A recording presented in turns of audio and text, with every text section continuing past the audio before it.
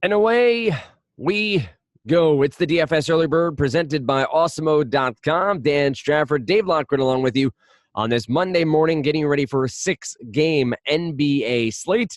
We are rolling off the weekend. The divisional series are behind. Divisional series, freaking baseball here. Divisional playoff games are behind us over the weekend. We have AFC and NFC championship games ahead. Unfortunately, my hopes of the Pats not making the Super Bowl hinge on Andy Reid. So we'll see how that works out for me. But nonetheless, a tough loss for your Eagles there, Dave. Yeah, no question. I said this to you the other day. And listen, I'm the furthest thing from a fair weather fan. Like you've known me long enough. I'll come on a podcast and I won't have a voice a lot of times. Yeah, it was a tough loss, no question.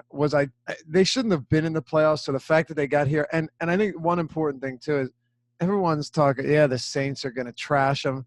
Hey, the Saints controlled the game for the latter half, but they never led by more than 6 points, and that was late in the game. It was a close game, and honestly, and by the way, playoff games oftentimes come down to one play. So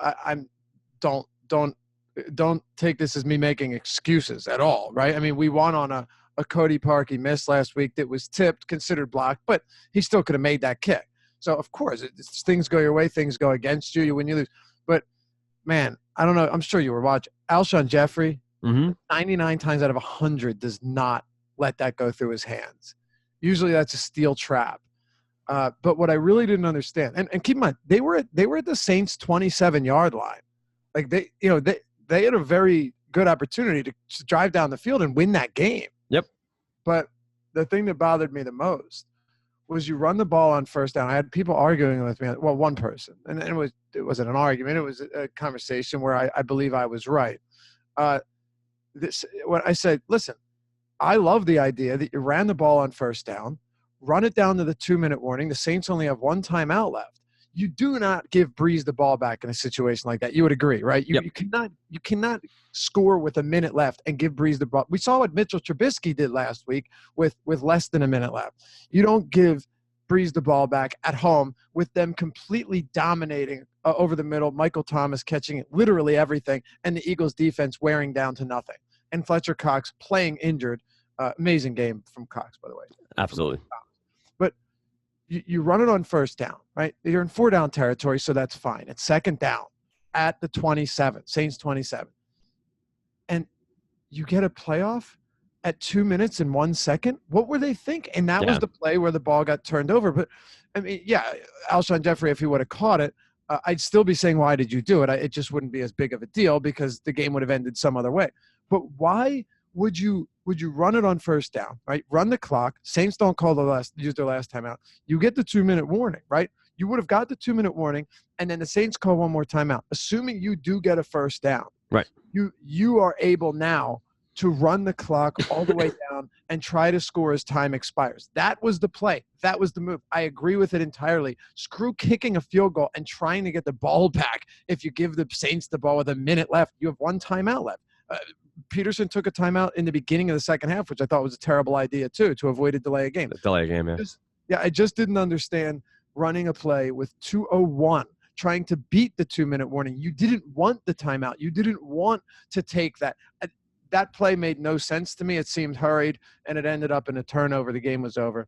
But up and down season for the Eagles. No one wants to hear me talk about them, but I need to vent somewhere. So there you have it. And I'm sure one of our loyal, lovely listeners will post, the minute mark of when we start talking basketball anyway. So there it is. It was a much more entertaining game than the Pats-Chargers game, though. So, much more entertaining than literally every game in divisional weekend. That's very true. They were all terrible. And now we open AFC, the championship weekend. You have both games at 57 over-unders, -3 for the home team. So we will see. Hopefully these games are say 57 on both? Yep. Oof. Who do you want to win? I would love to see. I mean, I'll take Rams or Saints. And if the Pats are in the Super Bowl, you're not going to hear from me for a few weeks. I'd love to. Yeah. I know. I'm just going to disappear. I feel like the Pats getting and winning Super Bowls for you is as bad as, my team losing. At this point, it really is. Yeah. Like it really is. Well, I it's would just love to, it's this area. Like the Celtics. because you're not from that area. The So it's even Celtics, worse. I respect. The Bruins, I'd respect. The Red Sox, I'm honestly them winning. It's the Pats. Like it's Tom Brady can do no wrong. Like they are See just. the size of his jacket? It's just getting Hey, when you're 40 years bigger. old, you get cold, man. Like your I know. bones are brittle, and They got those varicose veins and stuff. I would love to see Andy Reid finally get one. I really would. yeah, I would love to see what Mahomes can do in a Super Bowl. I'd love to see Saints Chiefs is what I think is the matchup I want to see. But I'll take the Rams. I have no real horse in that race. So If it's Saints Chiefs, I would bet decent money on the Chiefs because yeah. it's a neutral location and I just have more faith in them there. But with Andy Reid, I did not want him to win a Super Bowl before the Eagles got one, right? Because he gets Oh, sure. Yeah. no fault, right? No fault of his own. You know, his time ran out. He'd been there too long, and the system was getting stale. You needed to move on. Totally understand that. You know, they went polar opposite with Chip Kelly. That ended up not working out. Then Doug Peterson gets him a Super Bowl. So we're not in it anymore. Doug Peterson, you know, the Eagles are no longer in it. They were eliminated. Andy Reid's Chiefs are still in it. He's coached some really good teams. And you know what? He will go down as a very good coach regardless of how many rings he has at the end of his career. Yep. It feels like they make the playoffs every year. Made the playoffs a lot with the Eagles. The championship or further, I think 4 times in 13 seasons. A good coach with some good teams. I think it would be a really nice story to see Andy Reid finally get his ring. He deserves it. I'll take it. I'll go for that. I'll be on the Reid bandwagon. Just beat the Pats. That's all I need. I wanted the Chargers, but how much did the cold weather, I don't care what anybody says, the cold weather, the 23 degrees had to have influenced and impacted that. I'd say the same probably for Andrew Luck as well. And the Colts and Chargers, you could not have looked worse than they did in huge games. I don't get how you game plan and come out. I mean, the Eagles, in terms of their injuries and the talent on the roster that isn't on the IR, are significantly less talented overall than that healthy Chargers team for the most part, and the Colts. And the Colts and Chargers came out and played like they had no interest in winning a football game. To me, it was really surprising. Yeah, I don't know. I'm not as big a proponent of weather simply because a lot of these guys have played in, grown up in cold weather and played in Big Ten or, Big East or, schools in the North or played in the North at some point of the country. But and what was it? Yeah, well, that I don't. It could have just been they played like shit. Yeah. But I'm trying to give them some out here because West Coast team traveling for a 1:00 game. No, I hear you. That is another one that doesn't work. But and they played last week too. I wonder what time. I was trying to see what day they flew out there, because if they flew out on like Wednesday or Thursday, it probably wouldn't have made a huge difference. They played on Sunday. I don't know. It's tough to say, but they looked god awful. And officiating was terrible again in some of these games, but that's for another show. All right, let's dive into this 6-game NBA slate. We do have a number of decent point guards, but it does seem like a pretty thin slate at my first roll through each position. We'll see what Dave's take is here on each and see where we land with some of the top plays. It is a Harden AD slate. They are both over 10K, so that'll be the question at the end for Dave, whether to go for Anthony Davis or James Harden as the 10K plus player he would start his roster with if he had to. But we start at point guard where we have Harden at 12-4. We can maybe leave him for shooting guard. Same with Donovan Mitchell. He's at 9-2. May be able to push him over to shooting guard depending on what we get out of the rest of the position.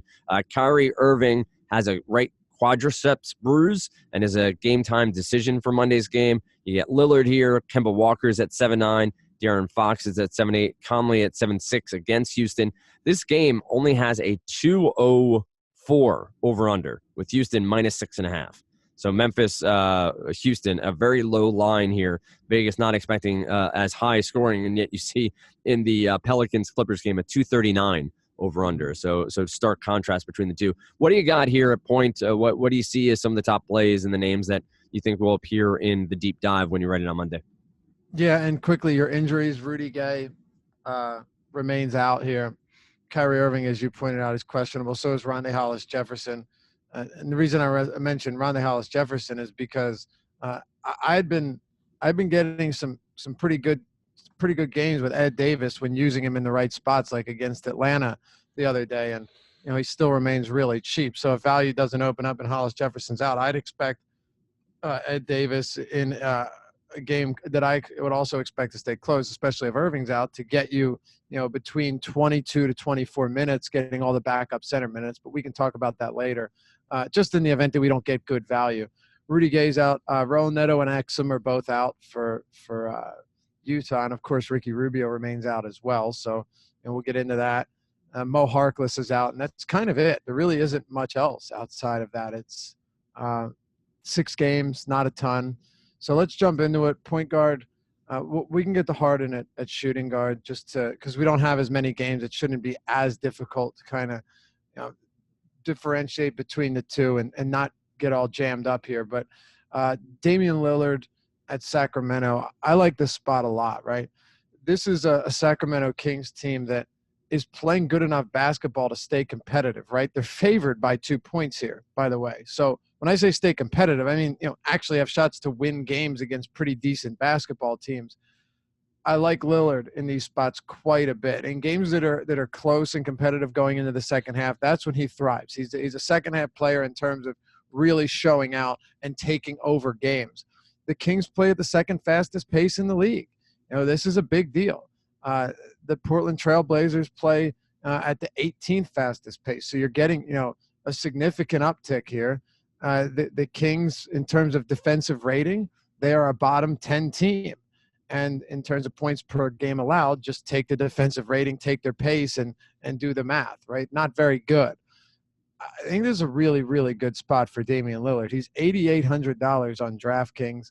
Is he a guy that you play very often? Usually not, because he always seems to fall into that like purgatory of pricing where it's not perfect, it's not terrible, it's usually pretty good, but there are a lot of other guys that you'd rather play over him because his kind of average fantasy point production's in that mid-40s range. But I could see the big game here.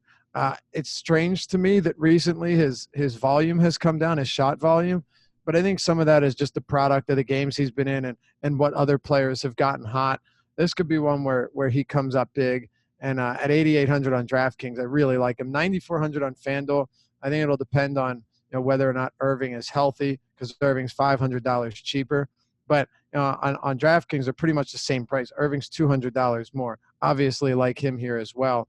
But you ask yourself, okay, you have Lillard, you have Irving, both in that price range, and then on DraftKings at least, you have Donovan Mitchell with point guard eligibility, who is up to 9,200 because he's now had, 3 straight 50-plus fantasy point games with Rubio out of the lineup.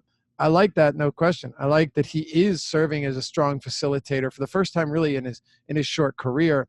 And the point totals have been really solid, 20-plus field goal attempts in all 3 games. I'm really liking what I'm seeing.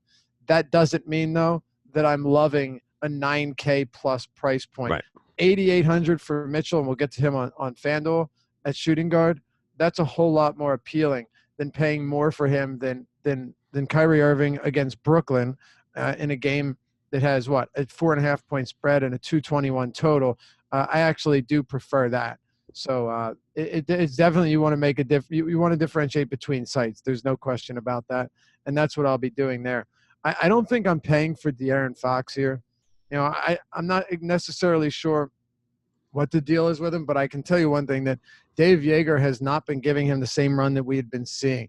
Since he played 38 minutes against the same Portland team on the 1st of January, he's played 29, 31, 22, 31, 24, and 30. He hasn't gotten above 31 minutes, and these have been competitive games, Dan, some of them where he's actually playing really well. Right. Looks like we're seeing him in that 30, 31 capped range, and I don't like that at his price point, given that so many of these other guards, so many other players are seeing such huge run. I mean, just monster minutes that, to me, it makes it really difficult to jump on board with that, and I don't think I can.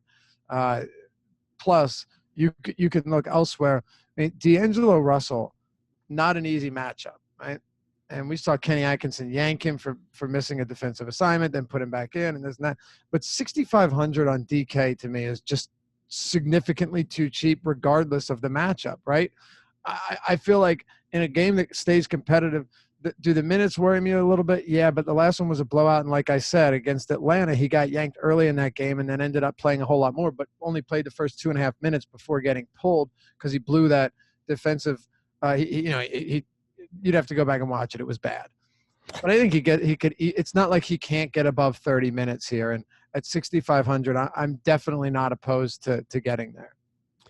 Any cheap guys here? Short slate. We're gonna have to look for value, probably in some slightly uncomfortable places. Anybody that, from a point guard perspective, you think gets enough minutes here or enough usage when they're in to provide some salary relief down here, sub 6K.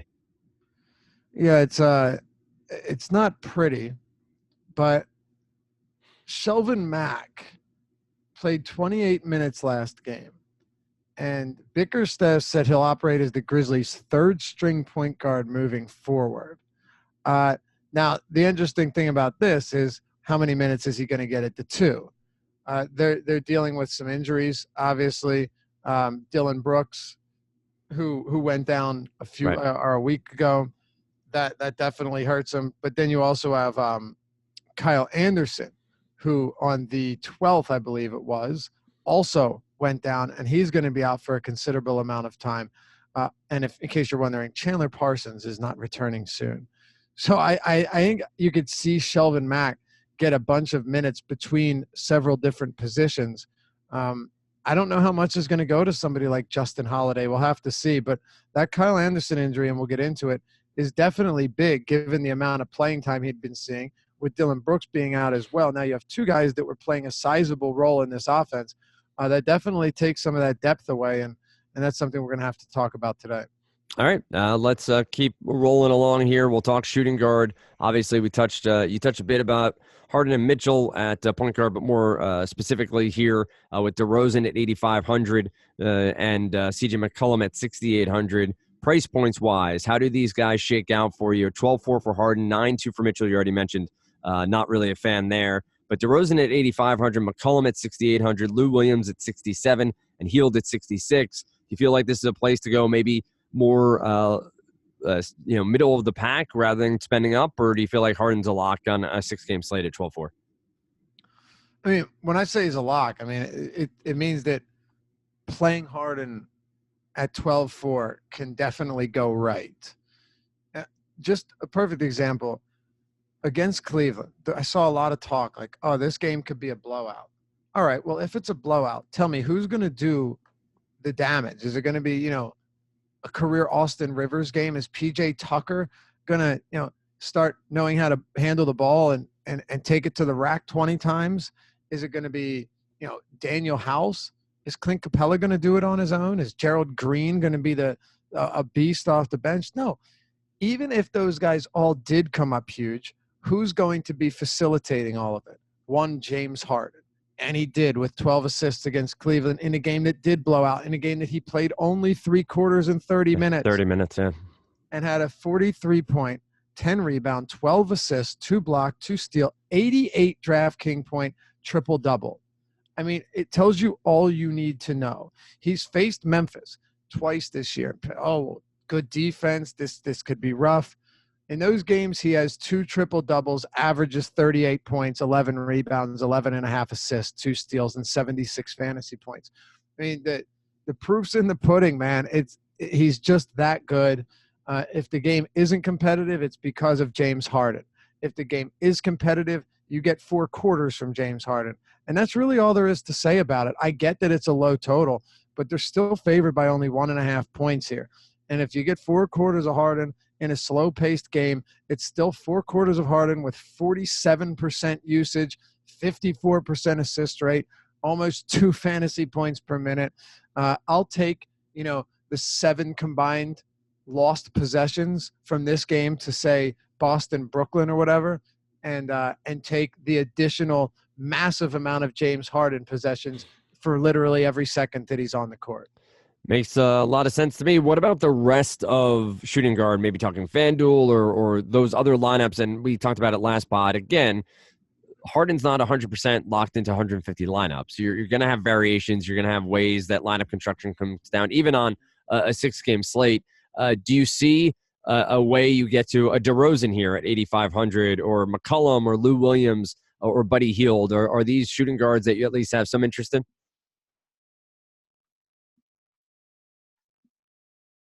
And we'll continue on here talking about shooting guard as Dave's locked and loaded on the freeze frame there. But if you do look at this matchup for Donovan Mitchell, I know Dave saying 9,200 is a bit too expensive, and agree there. But if you want to differentiate a little bit, could be intriguing to go there. DeMar DeRozan's the name I really want to get Dave's take on here, because I think it's a situation for DeRozan where the price points come down. Over, what was it, a couple of weeks ago, he was up at the higher end of 8K, and now you have him at 8,500. So, Dave, as you jump back in here, DeMar DeRozan's matchup against the Charlotte Hornets, a matchup where he sits at, 8,500, a higher watermark for his price point over the last couple of weeks. But we've seen some major upside from DeRozan at times this season. Do you think he stands out as a shooting guard here, or would you rather go cheaper to the Lou Williams or CJ McCollums of the world? Was that me or Zoom? I think I kept talking, and it said it was recording. So okay, good. It's really weird. Connection never cut out, except you froze up on me, huh? But you kept going, no problem. Yeah, we're still here. Well, that's good then. All right, we're back in action. I did want to say though, because I caught what you were saying about Harden. Yeah, that's not to say that Anthony Davis in a game that has a 239 total can't put up huge numbers. Actually, currently I have him projected for more fantasy points than Harden, and it's basically identical. They're basically identical here. So you're getting a discount on Davis, and we'll talk about him. But yeah, there's no question that he can have a really big game. I think that it makes it tough though to pay for Donovan Mitchell at shooting guard. FanDuel is a different story. Definitely a different story on FanDuel. And look, on FanDuel, James Harden's 13-3.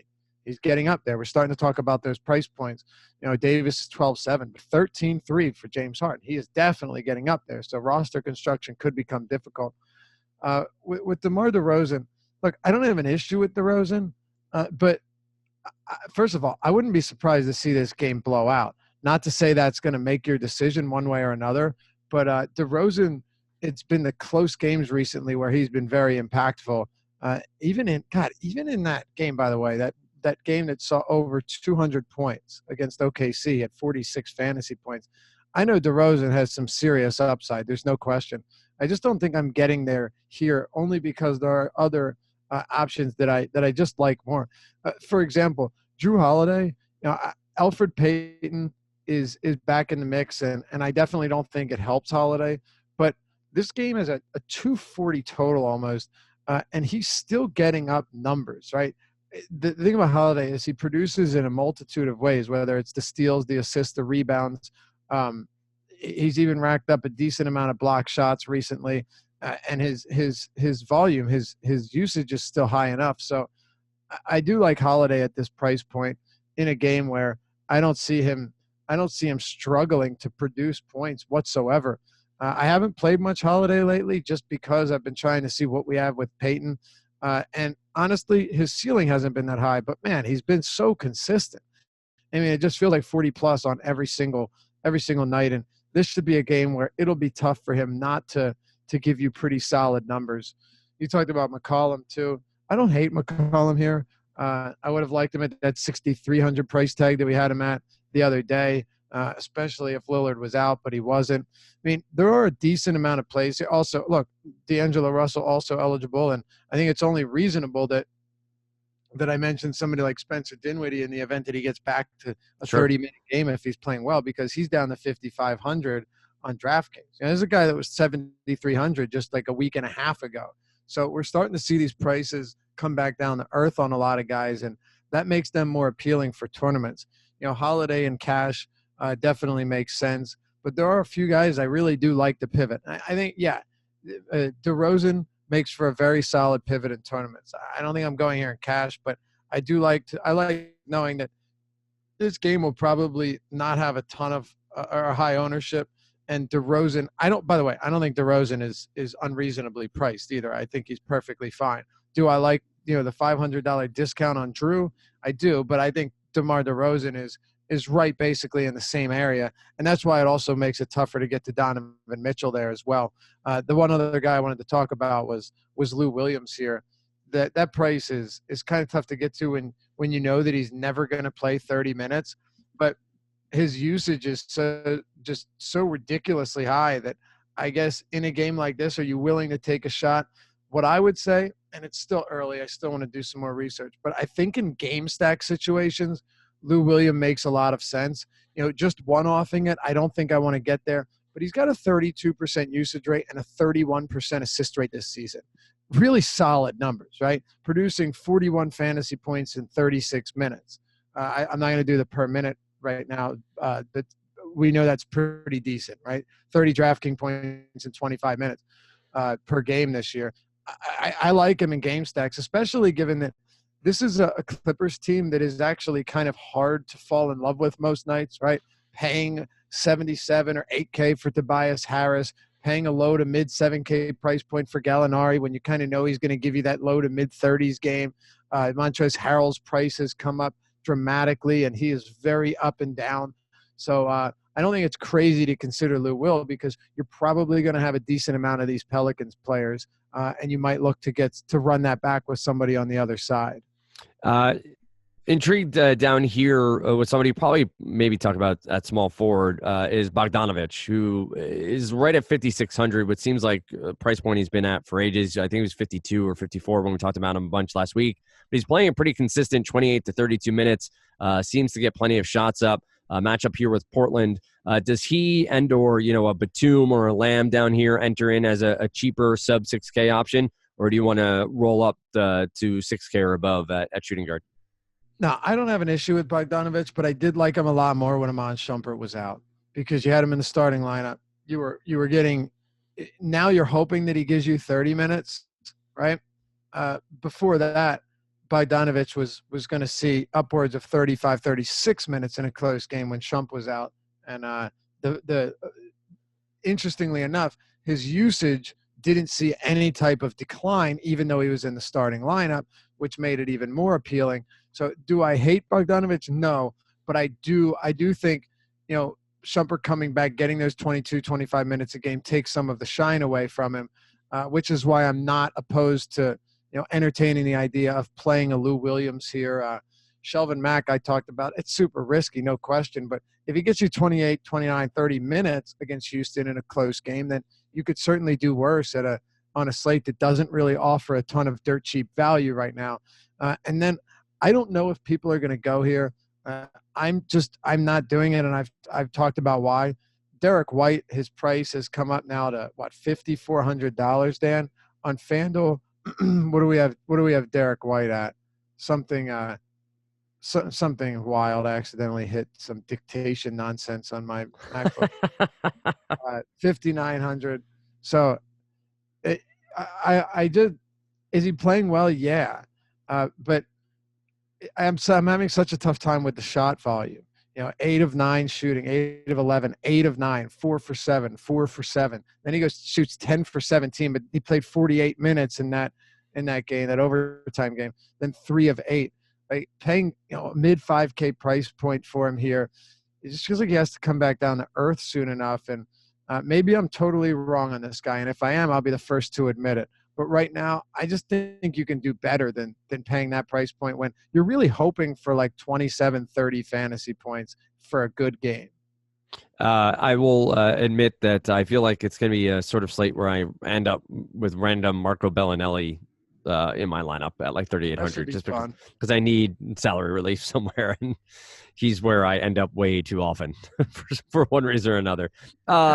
He's had a bunch of those 6 for 10, 8 for 10 right. Shooting games recently too. So I suppose you could do worse. He's efficient, that guy. That little you could do better as well. Well, that's exactly right. That is spot on. We talked about shooting guard and maybe having some above 6K talent. Small forward is a little bit bare here. We're gonna have the same talk about DeRozan. Yeah, you mentioned Gallinari a little. and Tobias Harris for that matter. In talking about Lou Williams at shooting guard, Buddy Hield is here at 6,600. And then there's the likes of Marcus Morris and Gordon Hayward for Boston, Lamb and Batum, who I just brought up at shooting guard. You have Joe Ingles at 6,100 here. There's not a ton to sort of sink your teeth into. Where do you see yourself going at small forward, at least this early on? I do think Jingles is interesting, Joe Ingles, with all of the, excuse me, with all of these missing point guards.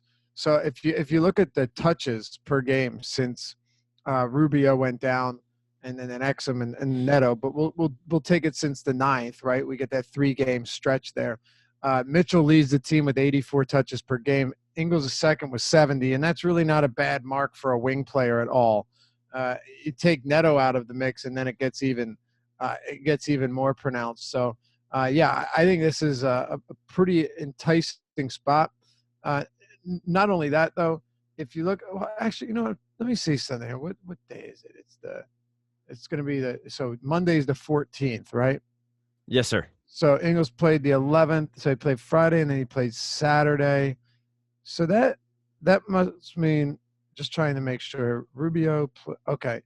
So it's actually been 4 games without Rubio because Rubio only played 5 minutes. I didn't see that they played that back-to-back. Okay, so it's been 4 games if you include the game where Rubio only played 5 minutes. And Ingles averaging 65 touches there, but more over the last couple, especially with Rowe and Neto out. The interesting thing here, though, is when you have wing players that can give you decent facilitating numbers, that's something I always pay close attention to because you don't get that very often. Of course, unless you're talking about like Giannis and LeBron and Durant, and they're not really wing players. You know, they're in a league of their own. I don't consider them, you know, your Chris Middletons and your Joe Ingles and such and your Kevin Herters. But Joe Ingles over the last, or since Rubio has been out, is averaging double-digit potential assists per game. I really like that. Actually, I like that a lot. And if you take the 2 games where Neto was also out, Ingles is averaging 12 potential assists per game, 17 per Donovan Mitchell, and then it falls off a cliff. So you have to consider somebody like Ingles as a strong play here, just because he's going to continue to get work because they lack playmaking ability so much outside of Donovan Mitchell. Right. I know his price has come up a bit, but you're going to get 30-plus minutes. It's not a terrible spot here. And as you pointed out, the small forward position really doesn't offer all that much depth. How much Ingles I'm going to get to is yet to be seen. I can't imagine it's a ton, but I do like the idea that we're getting opportunity from him outside of just spot-up three-point shooting. Is Korver in the mix then too? Like, do you get Korver at 3,800 playing 24 to 28 minutes is at least on the radar here in this matchup? I mean, as a spot-up three-point shooter, sure, but that's it. You know, that he's. I'm not expecting anything else out of him, but his playmaking offers nothing. Yeah, it's not a crazy idea, right? If Korver can get up 10, 11, 12 shots, make 6 or 7 of them, you know, 4 or 5 from 3. If he could do that, you have a chance of having a decent game. Hopefully he gives you like 4 assists or 4 rebounds, maybe an assist and a steal. You get upwards, maybe 27, 28 fantasy points. That's really the high end of what you're going to get for Kyle Korver, right?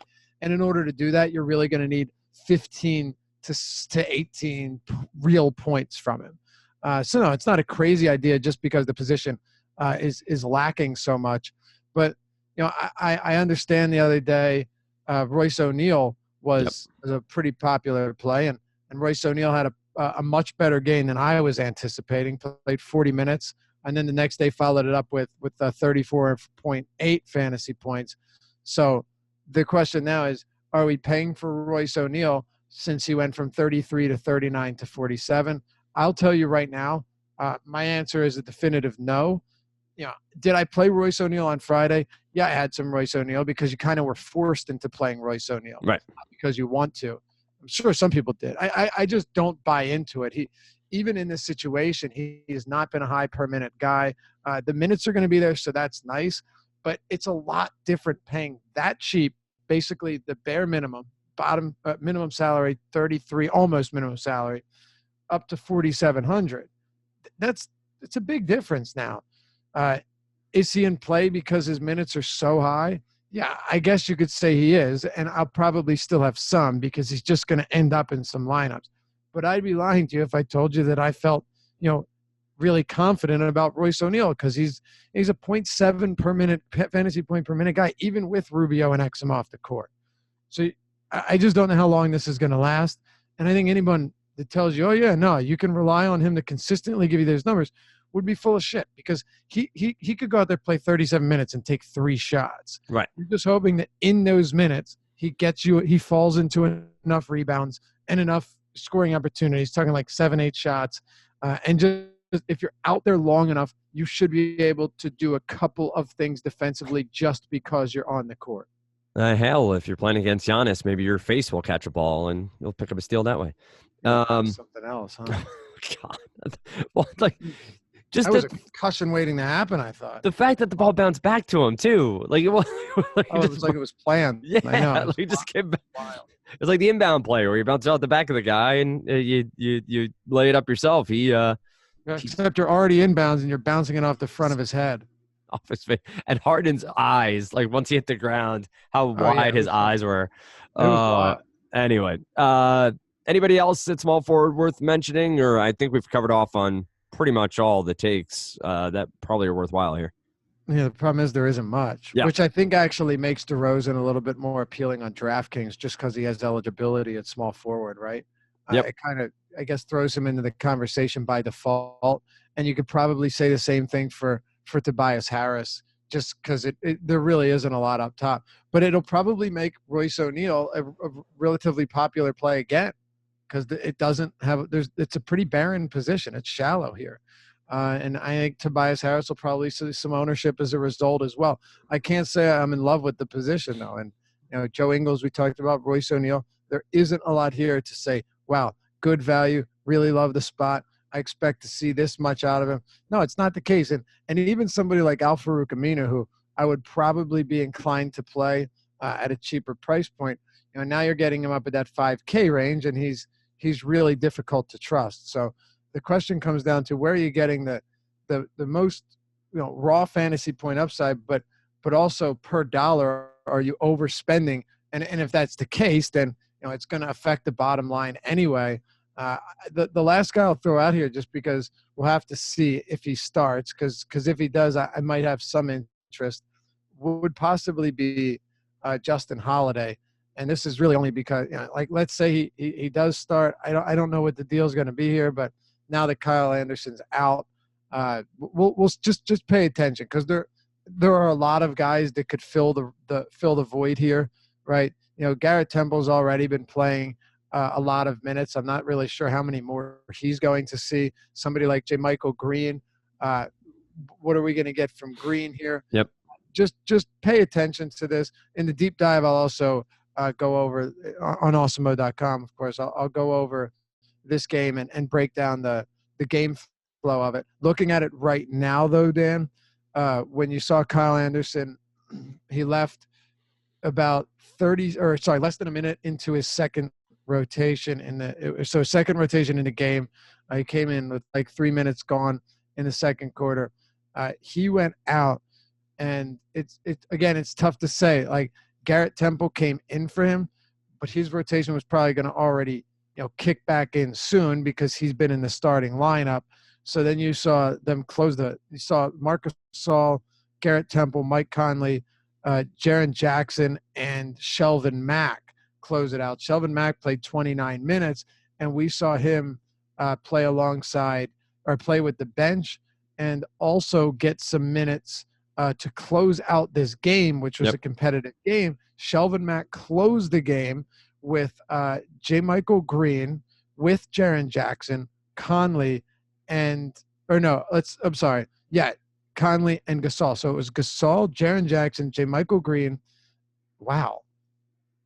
That's Conley and Shelvin Mack. It's a pretty big lineup there against that Miami team. Kind of surprising. I don't know if we'll see that again, but like I said, Shelvin Mack could be interesting, and I guess we'll see what the starting lineup looks like. I think you continue to see Mack come off the bench, but wouldn't be surprised to see around 29 minutes again.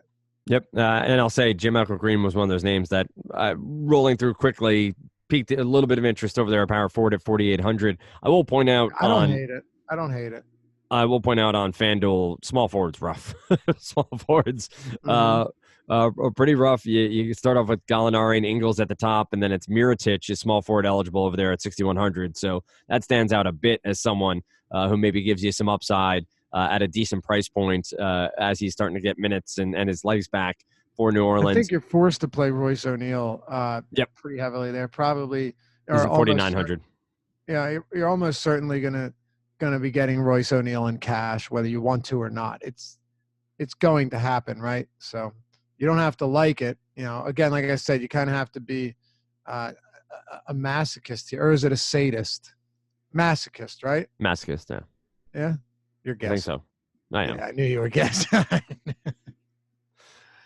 I think it's a masochist, but you get the self-harm, right? Self-harm. Mm-hmm. Yeah. And sadist is somebody that likes seeing it to other people or doing it to other people. Yeah, one's own pain or humiliation. Yes. And sadist is someone else's. Yes. The sadist's got the right idea. I mean, if you're going to be one, if you're going to be one of them, why the hell are you going to hurt yourself? That was not the take I was expecting. That was not what I was expecting next. No, I'm right. Hell, what? Hey, whatever. As one smart person once told me, whatever floats your boat.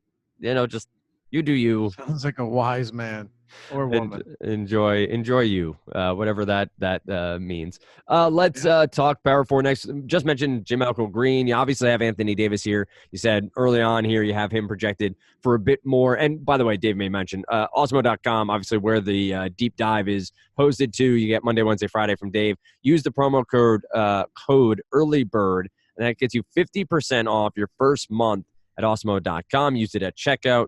Coupon code Early Bird gets you 50% off your first month if you're signing up for the month-by-month subscription over there. So 50% off, a good deal to get you in the door and get you to the grades and the projections and the rankings and, of course, the write-ups from Adam and Dave. Power forward, we get AD Blake coming off a gigantic game last time out. He's at 9,400. LaMarcus Aldridge, and you do have Julius Randle at 7,400. Harrell is here at 7,100. I've enjoyed playing him a couple of times this year. And then the question about whether or not we can take one of these Boston bigs against Brooklyn. Can we go to Al Horford here on limited minutes? Is a Marcus Morris a potential play here? But what do you got at power forward? So the Clippers over the last 30 days are bottom 5 in defensive rating and top 5 in pace. Recipe for success, no question, right? But a couple of other things that really stand out with this team. They're also allowing the 6th most points in the paint. We like that. They're also allowing, if you look at second chance points allowed, only the Wizards are allowing more second chance points to opponents than the LA Clippers. So, and that's on the season, by the way. So they've just been really bad in those respects, or in that respect. And then from a rim protection standpoint, they have also really struggled. They have the 8th worst rim protection rate in the league. All of that bodes really well for Anthony Davis. But as we know, Anthony Davis is a very capable shooter from more than just inside.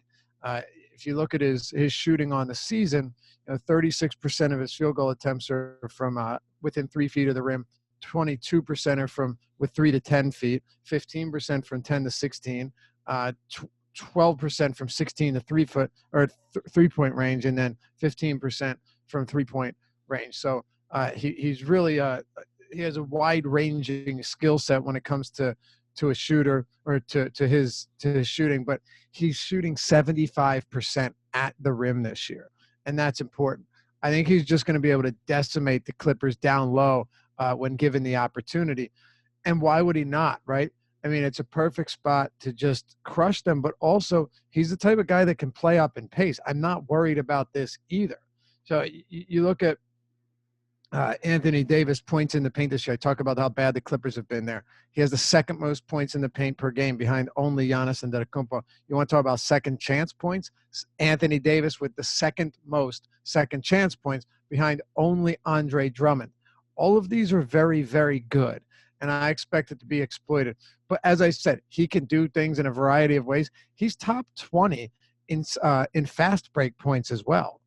I mean, this is DeMarcus Cousins was always one of these guys that if you brought up like any play type, right, whether it was spot up shooting, transition, putbacks, post ups, Cousins was top 20.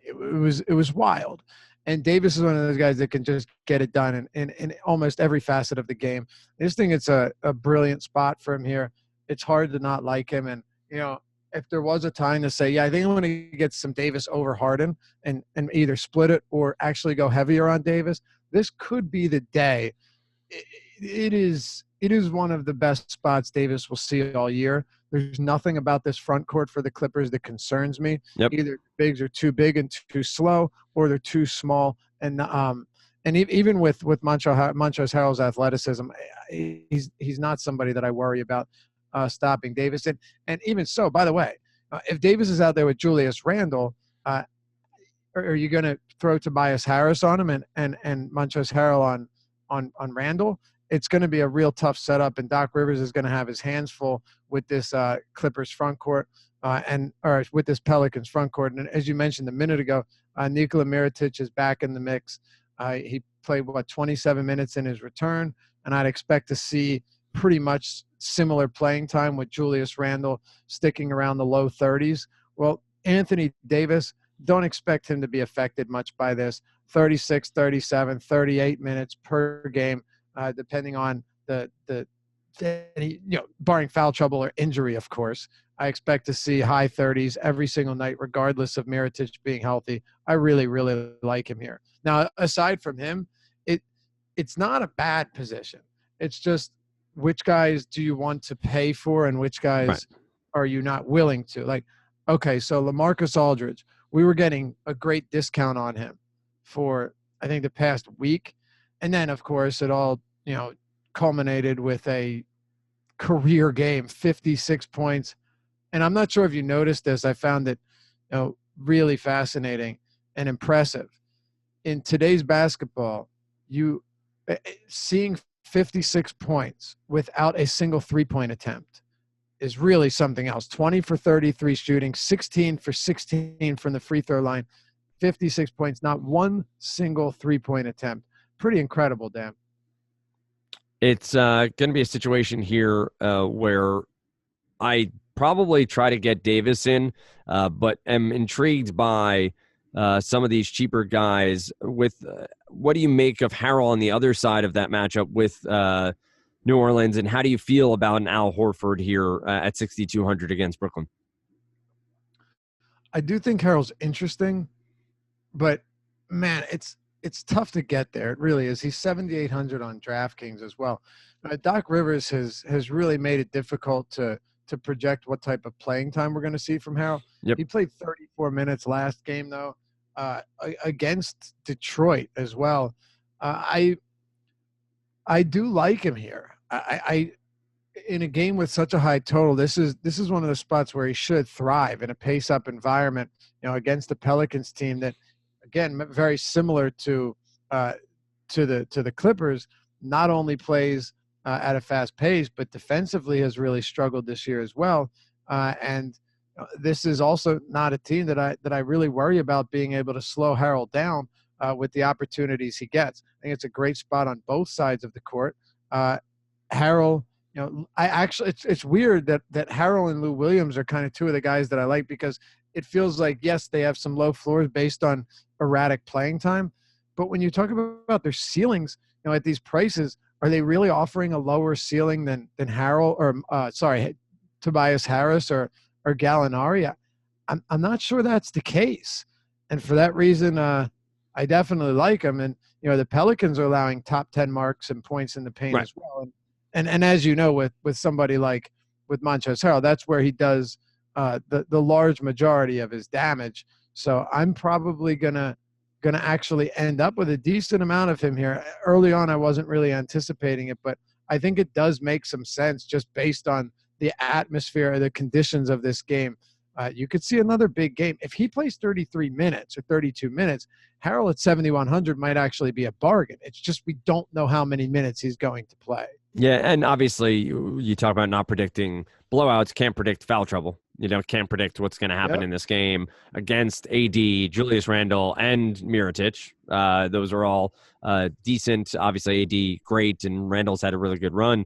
Offensive players, so that is another potential negative here for Harrell that he will be forced to play against this athletic front court and play a little bit more defense and get involved a little bit more there. Could lead to more fouls, could lead to more time on the bench. We've seen very few NBA coaches shy away from 2 fouls. You're on the bench for the rest of the first half. So, could see. You look at the lineup they closed with last game, and you had Lou Williams, Patrick Beverly, Danilo Gallinari, Tobias Harris, and Montrezl Harrell. If you ask me, that's probably your best closing lineup. And they did this against a Griffin and Drummond front court. Right. Doc Rivers wasn't afraid to go small here. I think they lost by a couple points. Yeah, they lost 104, 109, but he wasn't afraid to close it out with that lineup. When he had guys, like Gortat or whoever else, whatever other bigs you want to toss in there, if you wanted to throw Boban or whatever. He closed with a smaller lineup, and if that's the case, I don't see why we couldn't see that against the bigger Pelicans front court as well. Any other players here at power forward before closing it out with center? Marvin Bagley's a really good player, but he's another one where it's difficult to predict what we're going to get from him. I do think $4,800 on DraftKings is pretty reasonable, though. And again, it should stay close. We got 2-point spread, a nice robust total up around 230. If you get 25 minutes from him, I'm on board with that. Will we? I don't know. But in tournaments, I think 4,800 is very fair, especially if you're saying, oh, well, I don't want to get – if it's a forward position, like I want to get away from chalk Royce O'Neal at 48 or 4,700. I don't think Bagley's a crazy option here. Aside from that, though, you mentioned Al Horford. So the minutes are trending back up. We're seeing the limit increase. He played 30 minutes last game. If you're getting Al Horford at 30 minutes, I don't have an issue with him at 6,200 on DraftKings. I don't. Do I love playing Al Horford? No, I don't think anybody does. But it's not the craziest play against the Nets front court that is really just sprung leaks would be a nice way of putting it. They have basically, the floodgates have opened, and all season long they have really struggled, specifically from a fantasy point perspective, when it comes to being able to contain opposing bigs. This is a Celtics team that also has lost 2 in a row, and one that's probably trying to find a little bit of even footing here, as there have been a couple of bench fights. Marcus Morris and Jaylen Brown got into it. Kyrie and Jason Tatum had some words. That's interesting, isn't it? That they're after last year kind of seeing some strange infighting and unraveling of the threads in Boston. And it is crazy, the whole Kyrie thing of him saying before the season started that he's going to be in Boston for a long time. And right. Well, we'll see what happens. We'll see how it plays out. But Horford feels like that sort of random narrative of a calming veteran leadership here, getting 28 to 30 minutes to help Brad Stevens right the ship. And that's not a narrative that you're going to find anywhere, just me. From the way I see it, I like Horford here. I'll take him at 6,200. But again, I don't know what my lineup construction is going to be yet. I don't know if I'm going to go to AD. I don't know if I'm going to go to Harden. So that'll make a world of difference, obviously, where you end up come Monday night. And don't forget, you get the deep dive from Adam and Lofty every day. They write, but they also do the deeper dive at 5 p.m. Each and every day, breaking down the slate by game. And then you get live before lock, leading you up to locking on Monday. It is at 7:30. So lineup lock is at 7:30 on Monday night, Eastern time, of course. So you do get Fast Eddie Fear and either Josh or Spags bringing you up to lock there. All of that's over on YouTube, and you get the NBA strategy show Monday morning. Is that you or Adam tomorrow, Monday morning? Yeah, when I write the deep dive, it's Adam on right. the strategy show. Yeah, Adam, he's Monday, Wednesday, Friday. Adam, if he sets his alarm, will be there for Josh. If he doesn't, well, Josh will do it himself, as he often does. So you can check that out around 9:15. Has that happened? I'm sure it has. I mean, love you, Adam, but you're not the most punctual man in the world. Good about it. By the way, I mentioned that Jaren Jackson closed out alongside Michael Green last game. Really, they only played about 3.5 minutes together. So I have no idea if this is something we could see with Kyle Anderson out. But if that is something you see, well, then there's a good chance that, Jaren Jackson gets well up over 30 minutes. He got 2 quick fouls to start this game, still played 28 minutes. He's the cheapest he's been in a long time. So I'm just throwing it out there. A big risk. I don't know what Bickerstaff's rotations are going to look like. Actually, it's one that I think is going to be very difficult, especially looking at the last game. It was all over the place. Yeah, it'll be strange. But hey, if they play even 7 minutes alongside each other, that means that, barring foul trouble, Jaren Jackson should be seeing around 30 minutes. All right, let's close it out with some center talk here, and we will go on our way. This is a position that's typically pretty deep. You have Drummond coming off a gigantic game just like Blake. He went for 20 points, 21 rebounds, 1 block, 3 steals at 54.25 DraftKings points against the Clippers. Nurkic is here at 8,600. His price tag finally came up over the past week or week and a half, up from that 6.5, low 7K price point. So he's at 8,600 against Sacramento, which is obviously a good spot. But wonder your price point take here. Capella's at 75. Marc Gasol's at 7,300. Willie Cauley-Stein at 7. We have Horford. We have Harrell. We have Mirotic. We do have Aldridge here. All of these guys who have MPE.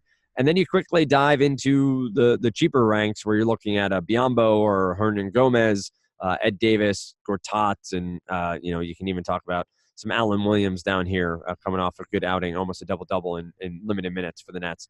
What do you got? What do you got at center, and who are some of your favorite plays? Just took some NyQuil, by the way, so anybody that saw that, don't get any ideas. Giddy up.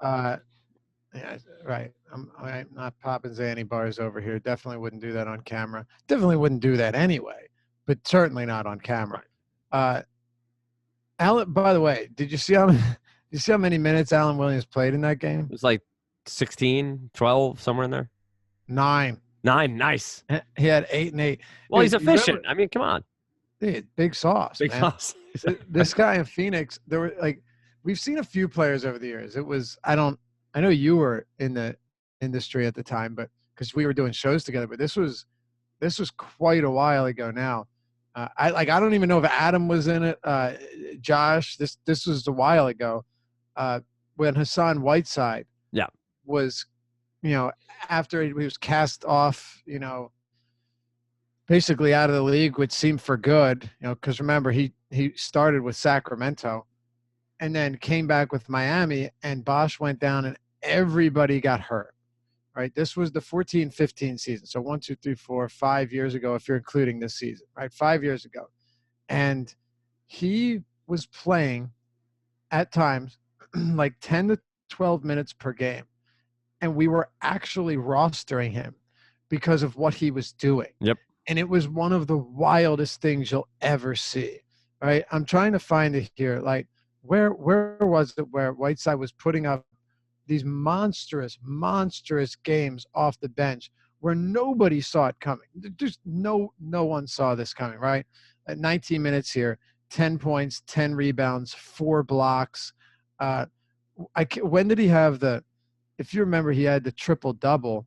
I wish I could find it because it was 25 minutes, 14 points, 13 rebounds, and 12 blocks in 25 minutes. 29 minutes against Dallas, 16 points, 24 rebounds. This was because you remember I was saying this won't continue. Right. Over and over again. I think it was I'll eat my hat. Well, I'll say it's 16 minutes. There's no way you're going to keep getting like close triple-double upside. It's crazy. And then it's like, listen, if you're Eric Spoelstra, start giving the damn guy some minutes because this is getting out of control. Well, it wasn't more than 2 years ago that Alan Williams. Yep. So by the way, that was January 26, 2015. That was okay. January. Yeah. That was but it was a 2014-15 season. Exactly. Yeah. So Big Sauce Was it? Yeah, it was in February. Started in February when he placed 24 minutes against the same Bulls team. Whiteside triple doubled in that 25 minute, had 14 and 11 and 4 blocks, and then he doesn't really play, and then it all turns around because everyone gets injured again in the front court for Phoenix. And you remember Allen Williams just went on a run where he went off and his price went up to like $8K on DraftKings, and it's like, well, you kind of can't play him. But look at 25 minutes. He had 16 points, 17 rebounds, 4 steals. Huge games from Allen Williams. If we monitor him and it's possible that he starts getting some run, well, this is going to be really fun to play him at 3,500, even at, and yes, I'm serious, even at a 17 or 18 minutes. We can't do it now, though, because he's not getting enough playing time there. And at 9 minutes, there's just no way you can hope that he goes out and drops 8, 8, and 2, which was, to be fair, impressive. Even though I'm all in. Rudy Gobert's interesting against Detroit. I mean, he's already going to be getting a lot of run, a lot of minutes, and he's looked good with Rubio out as well. Not as much that his role is changing, even though he did have 8 assists last game, but more so, you're going to need the big minutes from some of your best players, and he's seen 39, 36, 32. That was a blowout, and 40 minutes. So big minutes in all the close games. He's still reasonably priced. You're going to see him doing battle with Andre Drummond. I expect this to be a pretty fun matchup, actually. And where you're getting him at 95 on FanDuel, he's 84 on DraftKings, and I think it's a very reasonable price point. I'm also not entirely opposed to looking at Andre Drummond here. And this is strictly a tournament play, Dan, but Andre Drummond had been very disappointing in really good spots. And then, of course, give him a good matchup against the Clippers, which he got, played 42 minutes, 54 fantasy points, had another 20-20 game. Just Utah has been pretty disappointing this year defensively at the 5. That has turned around lately, though, and I think it makes sense that it's turned around. So Drummond, to me, it's strictly a price play and nothing else. But actually, Utah recently is still, I'm looking over the last month, still not great. Oh, no, I'm sorry. You know what? That was power forward. Let's see where they are in efficiency. Okay, they're allowing a bottom 5 efficiency to centers. So they've been much better. I just think Drummond is still at a price where you can consider him. But the reason I probably won't, the reason I entertain it for a second and then probably get away from it, is because Yusuf Nurkic is $100 less expensive against the Sacramento Kings. And this is a Sacramento Kings team that, from a rebounding standpoint, they've been absolutely destroyed by opposing centers, by everyone. Actually, they're allowing more than one additional rebound per game than the next worst team when it comes to centers. 18.4 rebounds per game to the position. This could be a spot. Oh, and also they're allowing the second most blocks. This could be one of those blow-up spots where Nurkic goes for like 20, 20, and 6. And I mean 6 blocks. I really like Nurkic here against the Kings. I mean, I really like Nurkic. Any cheap guys here worthwhile outside of course, the lock of the day, Allen Williams? Take a look. By the way, I just realized this now because we were all over him in this last time he faced the Kings. I forgot it was that 82 fantasy point game. Mm-hmm. Yes, it went to overtime, but it was a 24-23, 5 block, 7 assist, 5 steal game. That's right. I'm not saying you're getting that. The 5x5, right? Yep. The same thing I said about him the last time and right now. This is a perfect matchup for Nurkic and his skill set. The way that the Kings play at the 5, what they give up a lot of at the 5, all just really looks good for him. Randall, too, I want to throw out there, just because his price is still down 7,400. Mirotic is back. I think he might go overlooked. If you're going Harden and you're fading Davis, I don't think it's crazy to get some Randall in there at only 7,400. I'm not opposed to that. Who else here? Montrezl Harrell we talked about as a tournament option. Willie Cauley-Stein, I'll be staying away from that now that his price is up. And those center minutes are a little bit concerning right now that they're getting healthy. Talked about Marvin Bagley. Jaren Jackson we got into. I don't think there's really a whole lot of value here right now, Dan, unless you're taking like big risks on guys that aren't that appealing. Ed Davis would be the only other guy that I'd consider because he was getting a lot of the backup 5 run. But now we have to see if Allen Williams is going to cut into his minutes. And if that's the case, then, and Hollis Jefferson would have to be out as well. But even at punt Ed Davis in lineups where you're trying to, get some significant high-priced options in there and then punt with a guy that can put up 30 fantasy points in 20 minutes, we might see those minutes trend down if Alan Williams is actually going to get real minutes and not just blowout minutes, but that's yet to be seen. All right, let's do the question now. You've talked about both. You've already mentioned which way you may lean, but Harden and or Anthony Davis, there are two players above 10K. Who do you got in your lineup construction? It's a tough one today. I'm going to go with Anthony Davis, but I don't feel great about it. And, of course, James Harden is always very much in play. So, please don't get it twisted. What about you? I think I'm leaning Anthony Davis here. I think that's where I'm going to try to get both of them in, and that's going to be one of the ugliest lineups I'll construct all year. But I think I'll have the starter kit sometime Monday afternoon will be probably Anthony Davis as my lead, and then see how it shakes out. I like it. Hey, by the way, I just looked it up. Alan Williams, those 9 minutes came in the final 9 minutes of the fourth. They were down by 26 points entering the fourth quarter against the Raptors. But not only that, Ed Davis came in and racked up 3 quick fouls. That was his 5th and didn't come back in the blowout. So my guess is that Williams falls back out of the rotation, and Davis, if Hollis Jefferson's out, continues to play exclusively backup center and get all of the backup center minutes if the game stays close. But you're saying there's a chance. I'm not. For anyone tuning in to Dave and I for the first time, know that this is a lot more fun for me than me being honest about anything that's happening here. I'm not playing Alan Williams on Monday night, but just having some fun here with. He might get run. I don't know, but exactly, it's possible. He didn't come in right till the fourth quarter when they were down by 25. So if I had to guess, even though he was dressed the game, I think the game before that, no, he was just for one game.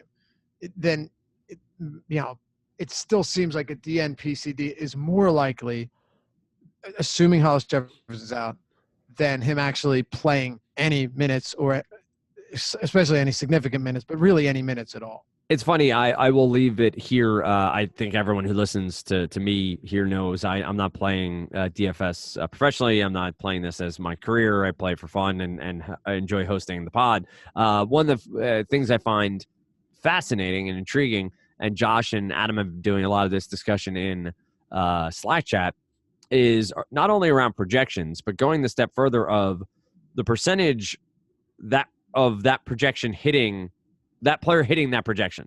So like the probability that a player will hit a 62-point DraftKings projection, say James Harden, and mapping out that probability and what the probability they'll go over, probability they'll hit, probability they'll go under, and that all factoring into their projections and how they run their fantasy cruncher and how they go about lineup construction. I will admit, my brain, I'm trying, but that is a really intriguing factor here of when you're making lineups, it's not about plugging in the average, obviously, because you're projecting tonight. You're trying to figure out what's happening Monday night. So think through is this possible? Sure. But is it probable? Is this outcome probable tonight? Is this outcome probable to happen? And do I feel comfortable taking the risk on possible rather than probable? Now, Adam or Dave. One of the reasons you won't end up on Kawhi all that much, because generally it's not probable that he's giving you 60 plus, which you want at that near 10K price point. Yep, and it's possible, and that's why we often say on this show and all the shows, hey, anything can happen. All of these sports, it all comes down to that on any given day, anything can happen. So Harden can outscore AD can outscore Harden, or Blake could outscore them both on Monday night. But it is funny, or fun, I should say, to take that extra step in your projections and in your lineup construction to think through those sort of things and make sure you're sort of pushing yourself to do the most work you can to get your lineups together. With that said, find Dave on Twitter at Lofty_D, LOUGHY_D. Find me at Dan Stratford. Of course, it's Awesemo_com. Dave and I are back Wednesday morning here on the Early Bird. Tomorrow morning, you get EMAC, you get Adam right here on none other than the DFS Early Bird, presented by Awesemo.com.